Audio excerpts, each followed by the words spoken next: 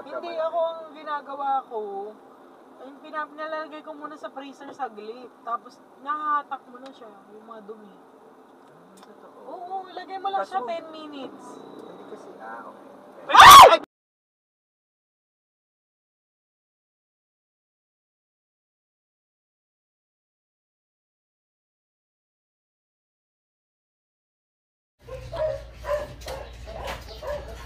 Ayan guys, ito yung damage ng sasakyan natin.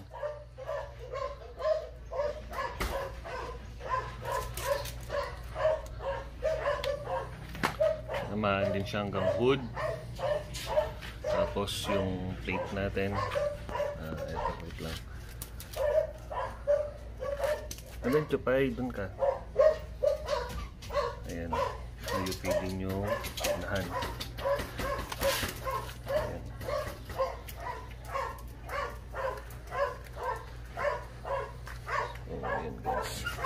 Ito yung gilid. Ito yung napuruhan eh. Ayan. Nayupi siya. Ito yung hindi nabalance. Yupi. Ayan. Sa gulong bote hindi naman tumama. Wala namang gas-gas. Pero ito. Halos dumikit na pala dito. Ayan.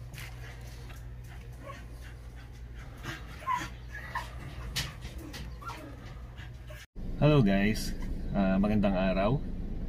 Welcome na naman sa bago nating content ngayon. Dito tayo ngayon kay Brigo sa ating 2023 Wigo. Pero dito yung Gen 2. Ito pa rin yung sa mga bagong viewers natin. Ito pa rin yung previews ni Wigo. So anyways, kaya ko ginawa tong content na to guys is para sa inyo. Para magbigay ng advice syempre dahil recently na-involve itong Wigo natin sa accident. Nakakalungkot man isipin, nakakadurog ng puso kasi sa totoo lang mag 1 year pa lang tong Wigo natin, pero pangalawang accident na ni Wigo to, no? Feeling ko tuloy ang engot-engot ko. Ay. Pero yun, yung una actually hindi ko na videohan. Medyo naging ako doon, naging complacent ako, no? Kasi niisip ko since bago lang naman yung sasakyan, ganyan-ganyan, niisip ko hindi naman siguro may involve sa aksidente, no? Siyempre kaya nga siya aksidente, hindi naman siya ina-expect. Pero anyway, ayun, itong pangalawang video natin, pangalawang aksidente natin, na videoan na natin, no? Nung una guys, ganun din ang nangyari. Ang may kasalanan yung naka-involve natin ng aksidente, jeep. Kaya lang, sa kasamaang palad, tayo pa'y nabaliktad, no? Ayun yung hirap. Ang aksidente niya nasa gilid. Kwento ko lang saglit.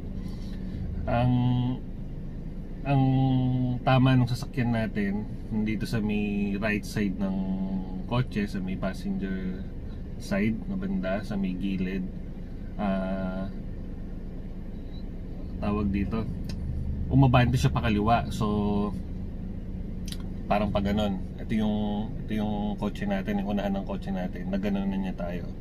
Pero ang nangyari, imbis na mag-stop siya, yung umabante pa siya. Kaya ang nangyari sa picture, lumalabas ako yung nasa likod. So syempre pag nasa likod ka, ikaw yung may kasalanan. So yun, wala tayong nagawa doon, no? Kasalanan ko rin kasi hindi ko nabukas yung video. Pero yun, tapos na yun. Sana masaya yung jeepney driver na yun. So ngayon, ito, kahalagahan. Kaya yung title na itong content natin, dalawang bagay na-realize ko na napaka-importante pagka meron kang 4 wheels. So pag meron kang sasakyan na dapat huwag nyo ipagsasawalang bahala. So yun, number 1, dashcam. Kagaya nga na sinabi ko guys, yung unang aksidente namin, nabaliktad pa kami dahil dun sa picture. Kaya lang hindi ko mawari kung bakit. Hindi ko alam doon sa investigador kasi wala din naman doon yung investigador, pinagbasihan na lang niya yung pictures. Hindi ko mawari kung bakit ganun yung verdict niya dun sa picture. Yung tama nasa gilid ng kotse, nandyan sa may gilid natin. Ayun yung pinaglalaban ko eh, gilid eh. Bakit pinagbasihan niya yung nasa likod ako. Pero ayun, kasalanan ko nga yan. Ayun, importante guys, camera. Yan ang magsasabi, syempre, lalo na kung hirap eh. Baka mamaya yung maka-involvan mo eh, tawag dito, hindi naman kasi pare-pareho ng tao eh, di ba? Minsan pag sinabi niyang mali siya, ina-accept niya kagad, di ba? Kaya lang minsan kahit alam na niya sa sarili niya na mali siya, pilit pa rin niyang i-deny yun, di ba? So ayun, ayun yung kahalagahan ng camera guys. Dapat meron tayong camera. Kung wala kayong camera, napakagandang investment niyan, no? Na magkaroon kayo ng camera. Ang camera ko actually yung stock na itong Wigo, yung unahan lang. Pero yun, baka may mag-sponsor baka may mag-sponsor sa atin, no? Pati sa likod natin. Pero kailangan talaga yun guys. Sa totoo lang ngayon ko nga lang din talaga na-realize na kailangan natin. Hanggat maaari likod. Kasi may nakikita rin ako sa video, papanood ko, no? Minsan hindi mo rin masabi na umaharurot yung nasa likuran mo, diba? Tapos babalik na rin ka pa. So yun, dapat meron tayong camera. So yun. Pangalawa, insurance. Napakahalaga ng insurance sa sasakyan natin. Katulad sinabi ko kanina, balikan natin yung unang aksidente namin. Ang estimated noon, although sa loob siya ng kasa in-estimate, umabot siya ng 65,000 yung gagastusin kung wala kang insurance at gagawin sa loob ng kasa yon. Hindi ko lang alam sa labas ng kasa kung magkano estimate ng mga ganon. Pero ang na-damage kasi noon nung first dito sa gulong, sa may gilid, hindi naman siya ganun kalala yung tama. Parang kumaskas lang dun sa may gilid ng gulong hanggang umabot dun sa may harapan, sa may bumper, kumaskas pa unahan. Actually hindi nga unahan eh, gilid lang yung tama, walang tama dun sa unahan. So umabot siya ng 65,000. Ayun, sinagot na rin namin. Siyempre may bayad, first time namin experience yung ganun. Siyempre wala pa kami idea. Ayun, may participation fee, although mababa naman. Kasama naman dun sa bayad ng, may bayad kasi yung ano guys eh, yung pagpapa-estimate. Bayaran mo yung, dito nga pala kami sa ano, Toyota Fairview. Diyan namin kinuha yung sasakyan. So yun, nakakatuwa naman kasi yun nga, bagamat malaki yung na damage yung presyo, no, nung sa unang accident na yun, participation fee lang yung binayaran namin, mababa lang. Ayun, ngayon sa pangalawa, from 65,000 na damage noon, ngayon naman yung in-estimate dito sa damage na to, umabot na ng 123,000 yung estimate. Pag-estimate medyo mataas-taas na guys, sa doble. So shout out sa aming insurance, patawad po guys, hindi pala to sponsored ayun, ang insurance pala namin is alam, mga magkamali ako guys, wait lang, tingnan ko. Ano nga ba to? Standard, alam ko standard yun. Standard insurance. Tama, hindi ko nakuha lang.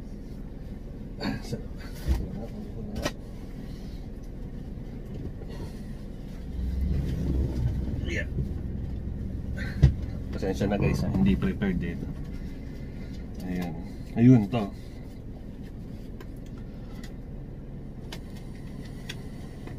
Standard. Touch pa yung ano. Hindi ko na tanggalin guys. Pero yun, standard insurance. Ito yun. Ayan. So hindi ko alam kung pare-pareho. Syempre hindi ko alam kung magkakatalo sila sa service, no. Pero isa lang yung na ano ko, na napansin ko nung sinabi nung unang accident namin, tinanong ako kasi nung nag-estimate sa Toyota Fairview, sabi niya, "Sir, ano po ba yung insurance nyo?" Ganyan. Pero kasi to in-house daw to ni Toyota Fairview, sa Toyota Fairview na. So sabi niya kasi pag may ibang mga insurance, yun nga, kinakailangan ikaw pupunta sa office nila, ganyan, ikaw maglalakad. So ito, yun nga, hindi na hassle kasi since tinatawag siyang in-house nga, lahat pinorward na lang yung mga kailangan na i-forward, yung kailangan nila na documents, like yung police report, license, ganyan, pictures nung kotse mo na aksidente. Tapos yun, tatawagan ka na lang. Tinawagan na lang kami nun para idalin yung sasakyan doon. Almost 1 month din yung pag-aantay namin, no, bago magawa itong unang experience namin dito kay Brigo. Tapos yun, ngayon napa-quotation na nga, napa-quote na nga namin kung magkano, 123,000. So ngayon aantayin na lang namin kung kailan tatawagan. Pero ayan, malamang tinanong ko, abutin talaga ito mahigit 1 buwan. Pero yun guys, I hope na ma-encourage kayo, no, lalo na sa mga walang insurance dyan, no. Maganda kung mag-invest kayo ng gano'n kasi hindi mo masabi kaya nga siya aksidente. So yun, kahit hindi ikaw ang may kasalanan, nadamay sa sakyan mo, pahirapan. Okay sana kung masisingil mo yung di ba, yung mga tao, no, na naka-aksidente sa'yo or yung mismong na yun.